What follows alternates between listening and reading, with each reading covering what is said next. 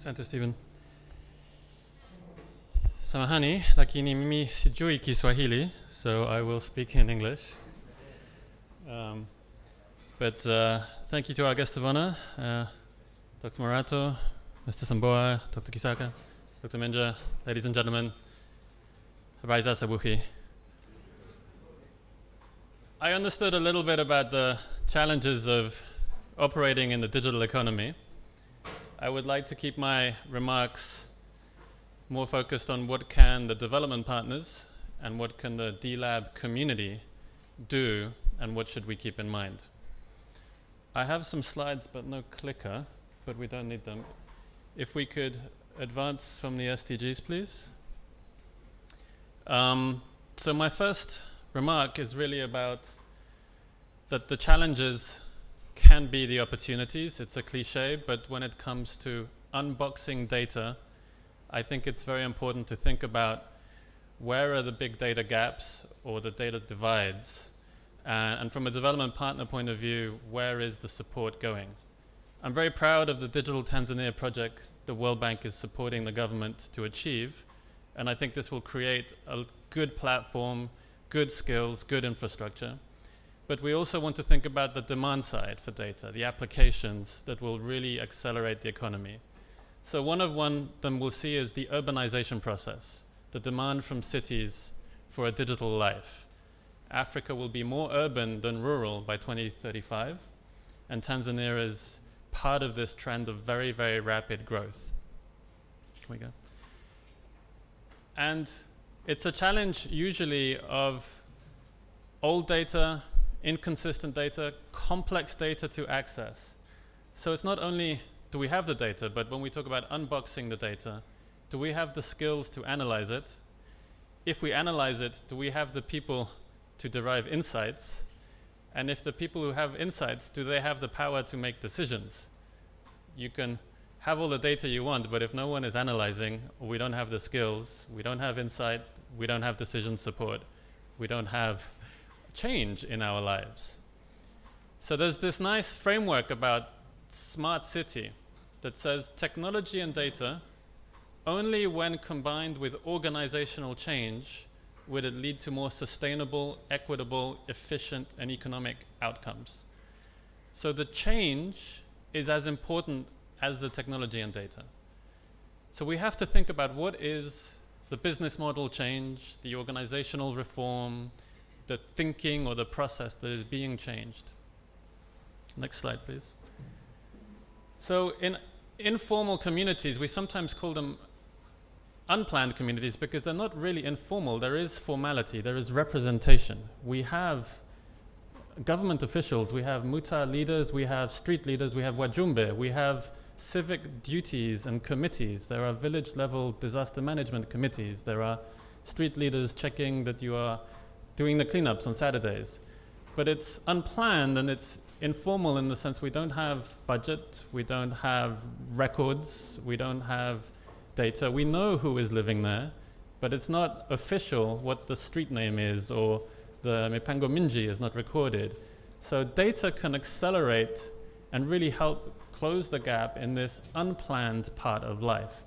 But also it can, I think, formalize what is already happening informally as a transaction record for people, for businesses, for land and assets. So I heard us talk about crypto.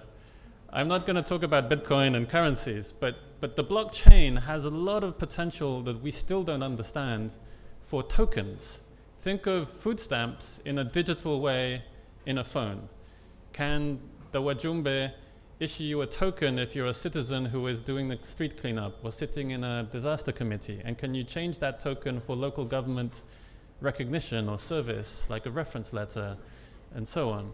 So you can tokenize many things that are in the civic life. And this is something that data and technology can help, but only if we understand organizational change. Go ahead. Next, please. The other area, I think Africa, compared to the rest of the world, has a challenge but also a huge opportunity. There's a big, big gap when it comes to maps, especially local maps. So data is not only spreadsheets. It's not only numbers, it can be images, it can be a satellite picture, a drone picture, it can be a bus timetable, it can be the historic price of grain or the future prediction of weather. And there's a huge gap here. Only about 10% of Africa has local scale maps. But the first question is having the maps, the next one is accessing them. Who has access? Is it digital? Is it machine readable? Is it democratized? That can people use this to make a business, to make a navigation app, to make a model? Also, there is a huge gap in rural infrastructure. If someone wants to participate in e-commerce, but they're living in a rural area, we hear now in China, 90% of the population live within 2 kilometers of an all-weather road. So if you are a pig farmer in rural China, you can sell your pigs on Alibaba, you can get orders, and you can order a truck to pick them up, and they can come very, very close to the farm. So you can make a digital business and sales. But if you're living far away in the rainy season, you can order everything you want on Alibaba, but it will not reach you for the fertilizer and the vaccines and the inputs, and you will not get your pigs to the farm. So, we need to think about how do we integrate the digital economy with the decarbonized, electrified economy, drone delivery, or remote services. We heard about Upworks.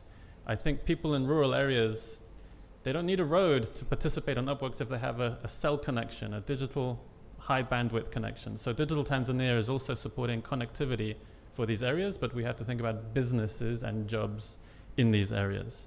Next, please. So the digital revolution is real. It's here. In Africa, I think it doesn't need to be explained when we think about the mobile phone and the mobile money and now a lot of the online work space. But I think what the development partners are not good at is to think about the organizational change. How do we do things differently because the future of data?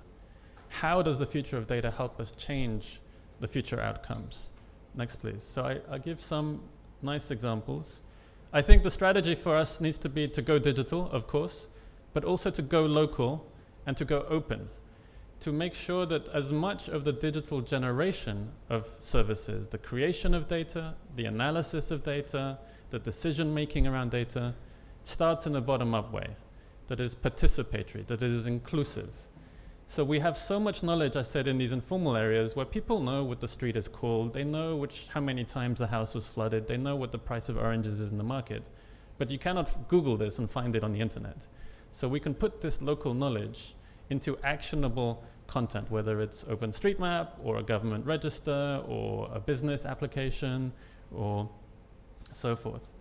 Next, please.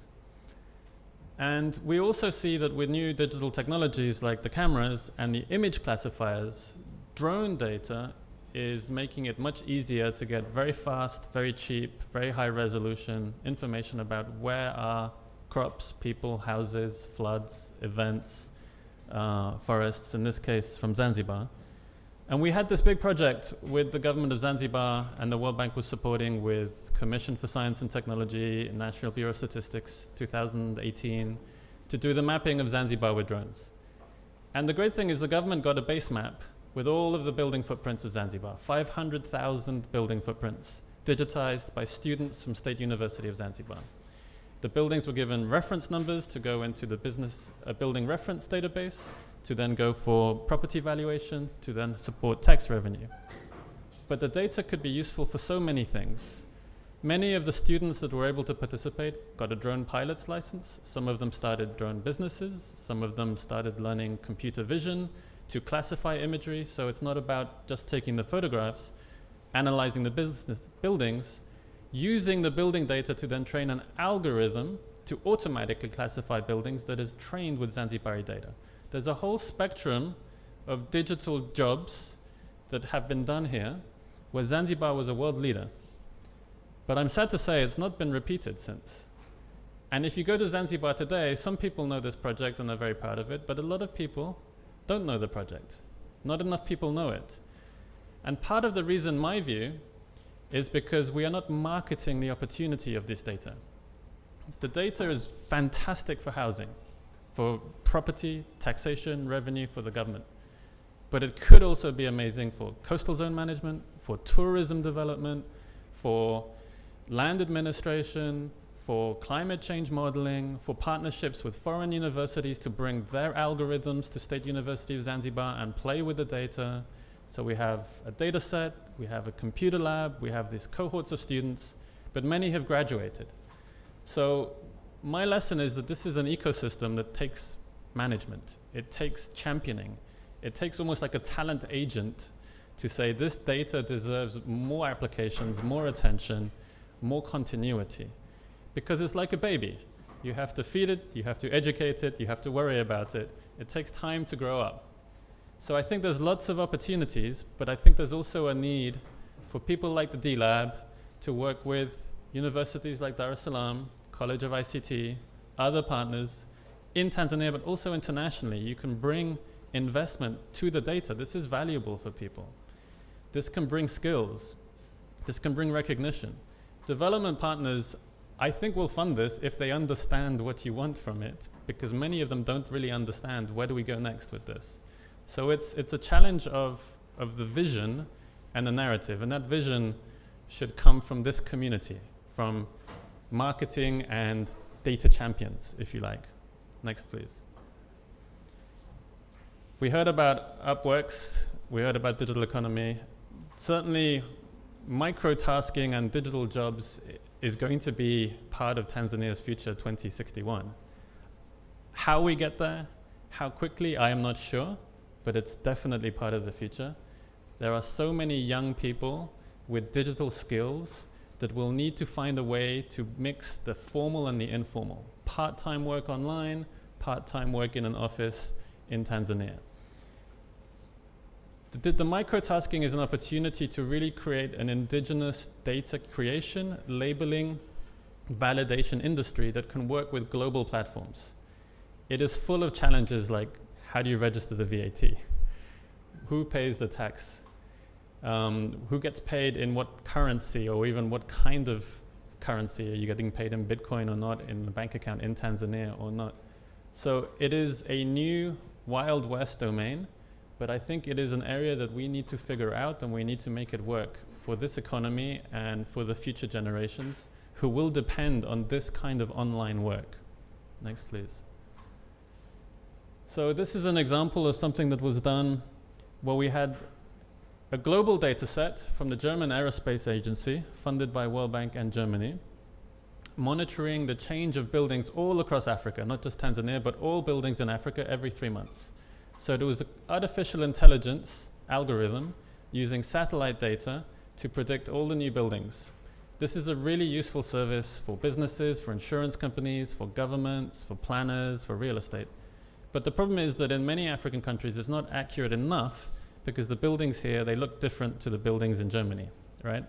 So you need to calibrate and train the algorithm to become an African algorithm. It has to look for African buildings. And for that, it needs African data.